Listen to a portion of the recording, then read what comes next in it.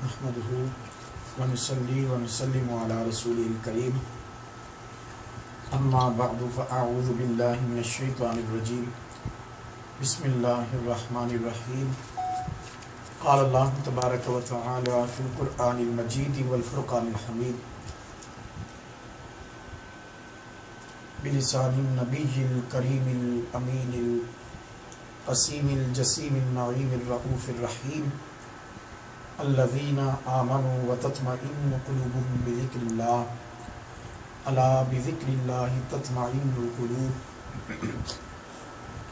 صدق الله مولانا العظيم وبلغنا رسوله النبي الكريم الأمين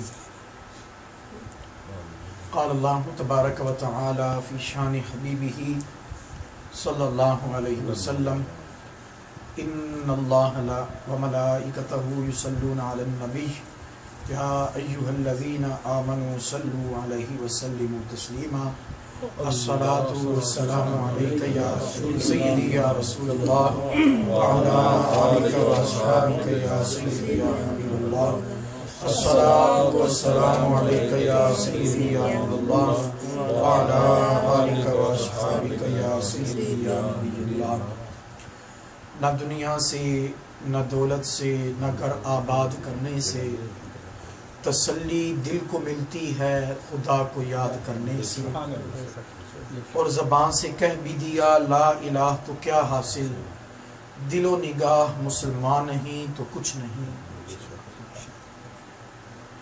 علامہ اقبال فرماتے ہیں چونی گویم مسلمانم بلرزم کہ دانم مشکلات لا الہ لا۔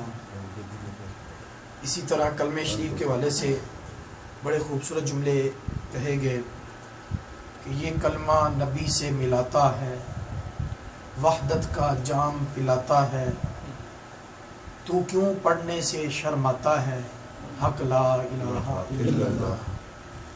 اس کلمے دے راز نیارے نے، اس ڈبدے بیڑے تارے نے، سانو دسیا نبی پیارے نے، پڑھو لا الہ الا اللہ۔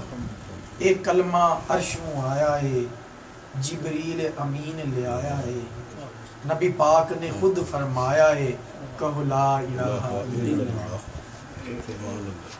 بزرگان محترم معزز سامعین حضرات، اللہ تبارک و تعالیٰ کے فضل و کرم سے اور اس کی توفیق سے اور آقا علیہ الصلوۃ والسلام کی نگاہ کرم سے رمضان المبارک کی پرکیف بابرکت گھڑیوں میں، ساعتوں میں، لمحات میں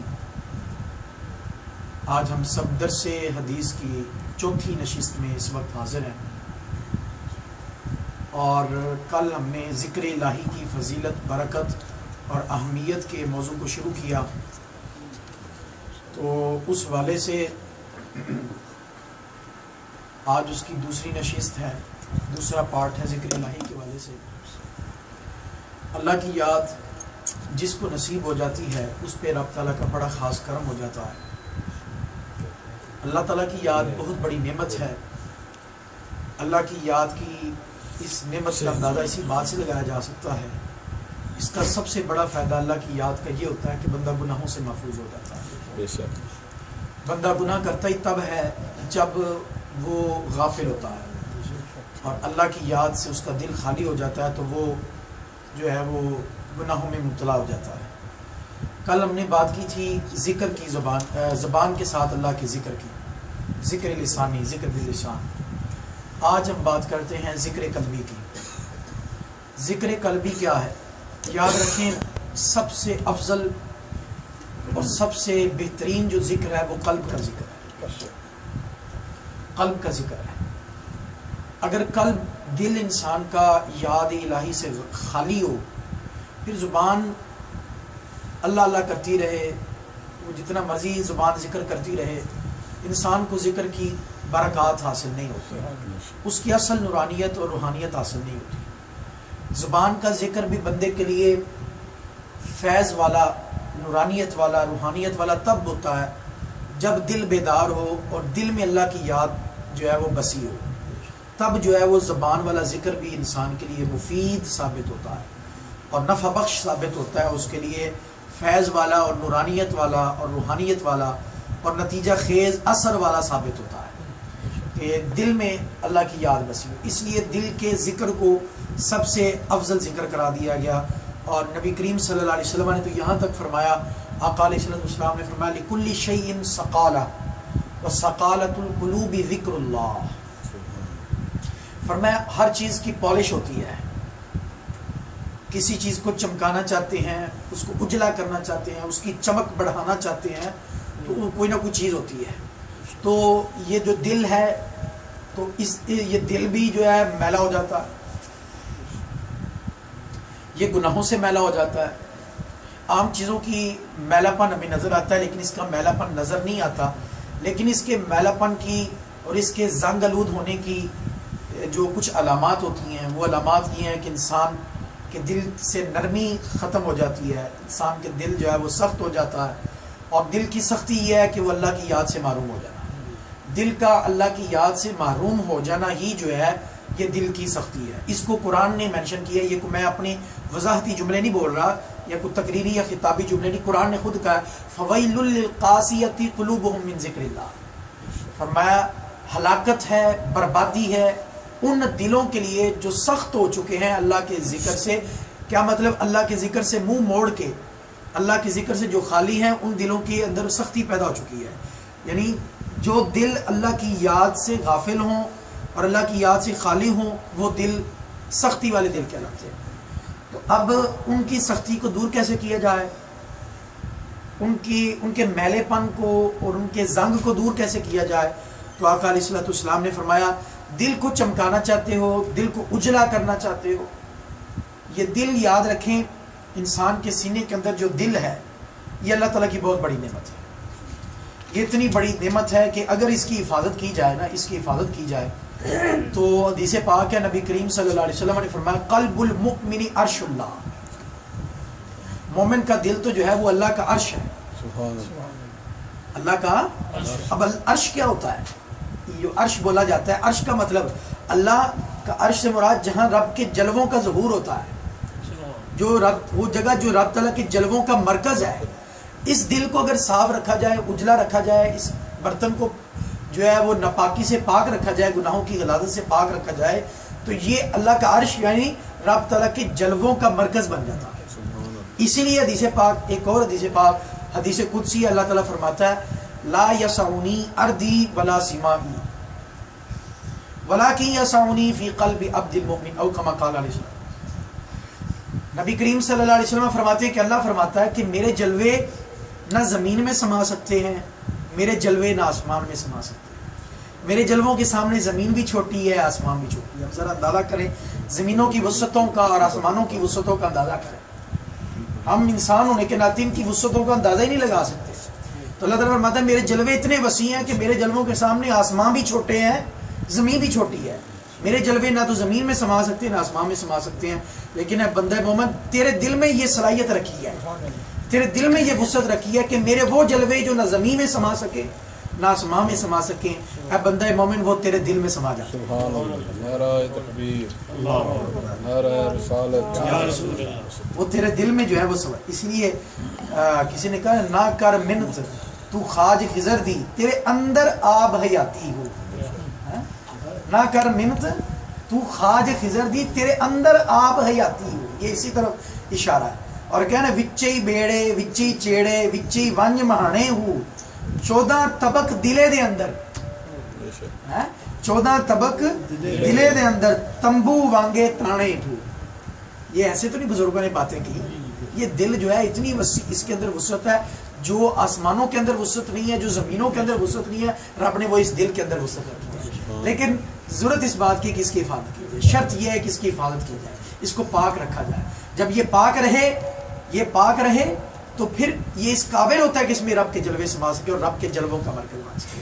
تو فرمایا اگر تم اس کو اس قابل بنانا چاہتے ہو، اس کو اس قابل بنانا چاہتے ہو تو اس کا طریقہ کار یہ ہے. فرمایا ہر چیز کی پالش ہے وَسَقَالَةُ الْقُلُوبِ ذِكْرُ اللَّهِ. دلوں کی پالش اللہ کا ذکر، اللہ کی ضربوں سے اس کو پاک اور صاف کر لو. اس کو پالش کر لو، اس کو چمکا لو، روشن کر لو، اجلا کر لو، صاف ستھرا کر لو، روشن اور منور کر لو. تو اس والے سے یہ جو دل کی یاد ہے یہی حقیقت میں یاد، یہی حقیقت میں ذکر ہے کہ دل غافل نہ ہو، اور اگر ذکر میں زبان اور دل جمع ہو جائیں تو پھر سمجھ لیں کہ وارے ہی نیارے ہو گئے۔ اسی لیے قرآن پاک نے ایک بڑی اہم بات کی۔ قرآن پاک میں اللہ تعالیٰ نے فرمایا الذین آمنوا وتطمئن قلوبهم بذکر اللہ، الا بذکر اللہ تطمئن القلوب۔ فرمایا ایمان والے وہ ہیں جن کے دل اللہ کے ذکر سے اطمینان پاتے ہیں، جن کے دل اللہ کے ذکر سے قرار حاصل کرتے ہیں۔ یعنی ایمان والوں کی نشانی یہ ہے کہ ان کے دلوں کا جو سکون ہے اللہ تعالیٰ نے اپنے ذکر میں رکھا ہے، اور انہیں سکون چین قرار ملتا ہی اللہ کے ذکر میں ہے۔ اگر سمجھیں کہ آپ کو رب کے ذکر میں لذت مل رہی ہے، ایک روحانی کیفیت طاری ہو رہی ہے آپ پر، تو سمجھ جائیں ایمان کا نور اندر ہے، ایمان کی برکتیں ہیں۔ اگر ذکر سے بوریت ہو رہی ہے، اکتاہٹ ہو رہی ہے، دل نہیں لگ رہا اور توجہ بحال نہیں ہو رہی، تو سمجھ لیں کہ ایمان میں کمزوری ہے۔ ہمیں کوشش کرنی چاہیے اپنے ایمان کو چمکانا ہے، اپنا دل لگانا ہے۔ تو کیوں قرآن نے یہ فیصلہ دے دیا ہے ایمان کو ٹیسٹ کرنے کا، ایک آلہ دے دیا نا۔ اگر تم اپنے ایمان کو ٹیسٹ کر لو، ایمان کو آزمانا چاہتے ہو، تم ایمان کی کس پوزیشن میں ہو، کس درجے میں ہو، کس حالت اور کیفیت میں ہو، تو فرمایا پھر آلہ یہ ہے ذریعہ یہ ہے پہچاننے کا الذین آمنوا وتطمئن قلوبهم بذکر اللہ، جو ایمان والے ہیں جن کے سینوں میں ایمان کا نور ہے، ایمان کی برکتیں ہیں اور ایمان کی شمع جل رہی ہے، ایمان کا چراغ جل رہا ہے، ان کے تو جو دل ہے نا وہ اللہ کے ذکر سے اطمینان پاتے ہیں۔ اور اگلا جو جملہ قرآن نے کہا، وہ قرآن نے ایک ایسی مبنی پر حقیقت بات کہی جس سے انکار ہی نہیں کیا جا سکتا۔ تھوڑی بہت بھی عقل رکھنے والا، سمجھ بوجھ رکھنے والا اور حق والی نگاہ اور کان اور نظر اور سوچ اور عقل رکھنے والا وہ اس بات کو مانے گا اور تسلیم کرے گا۔ وہ یہ اللہ تعالیٰ فرماتا ہے، یہ تو ہم نے بات کہی نا کہ ایمان والوں کے دلوں کو اللہ کے ذکر میں چین ملتا ہے، اور ساتھ ہی کہا الا بذکر اللہ تطمئن القلوب۔ فرمایا یاد رکھو دلوں کا سکون ہے ہی رب کے ذکر میں، دلوں کا سکون ہے ہی رب کے ذکر میں ہے، اور رب کی یاد میں ہے، رب کے نام میں ہے۔ اس لیے بندہ جب اللہ اللہ اللہ اپنے اللہ کو پکارتا ہے تو اسے سکون ملتا ہے کہ میں اپنے اللہ کو پکار رہا ہوں جس نے مجھے پیدا کیا ہے، جو میرا مالک ہے، جو مجھے رزق عطا کرتا ہے، جس نے مجھے بے پناہ ان گنت نعمتوں سے نوازا ہے، میں اس کا نام لے رہا ہوں، اس کو یاد کر رہا ہوں۔ تو جب بندہ اس کا نام لیتا ہے تو بندے کی ایک عجیب ہی کیفیت طاری ہو جاتی ہے۔ بعض رات جو ہیں جو عقل کے بل بوتے پر عقل کے غلام ہو جاتے ہیں اور سائنس کے غلام ہو جاتے ہیں اور روحانیت کو بالکل دین مذہب سے دور ہو جاتے ہیں، تو وہ اس بات کو نہیں مانتے۔ وہ کہتے ہیں کہ نہیں جو ہے نا یہ تو ٹھیک ہے۔ مثلا اس میں حضرت شیخ شبلی علیہ الرحمہ کا ایک واقعہ ہے کہ آپ اپنی مریدین کو حلقہ احباب آپ کے سامنے بیٹھا تھا، تو آپ اللہ تعالیٰ کا جو نام ہے اس میں ذات اللہ، آپ اس کے معارف بیان فرما رہے تھے، اس کی شان و عظمت بیان فرما رہے تھے۔ تو آپ نے فرمایا کہ اللہ کے نام لینے سے دل میں سکون آتا ہے، اللہ کے نام لینے سے دل میں سکون آتا ہے اور من میں اجالے اور روشنیاں پیدا ہوتی ہیں۔ تو ان کی مجلس میں ایک سائنسدان بو علی سینا وہ بھی بیٹھا تھا۔ وہ اس دور کا بہت بڑا فلسفی منطقی سائنسدان تھا۔ کہنے لگا میں نہیں اس بات کو مانتا، کہتا ہے اللہ کی ذات تو مؤثر ہے، اللہ کی ذات کی بات کرو تو وہ تو مؤثر ہے، اس کی ذات تو اثر ڈالنے والی ہے، لیکن اللہ کا نام اس میں کوئی اثر نہیں ہے۔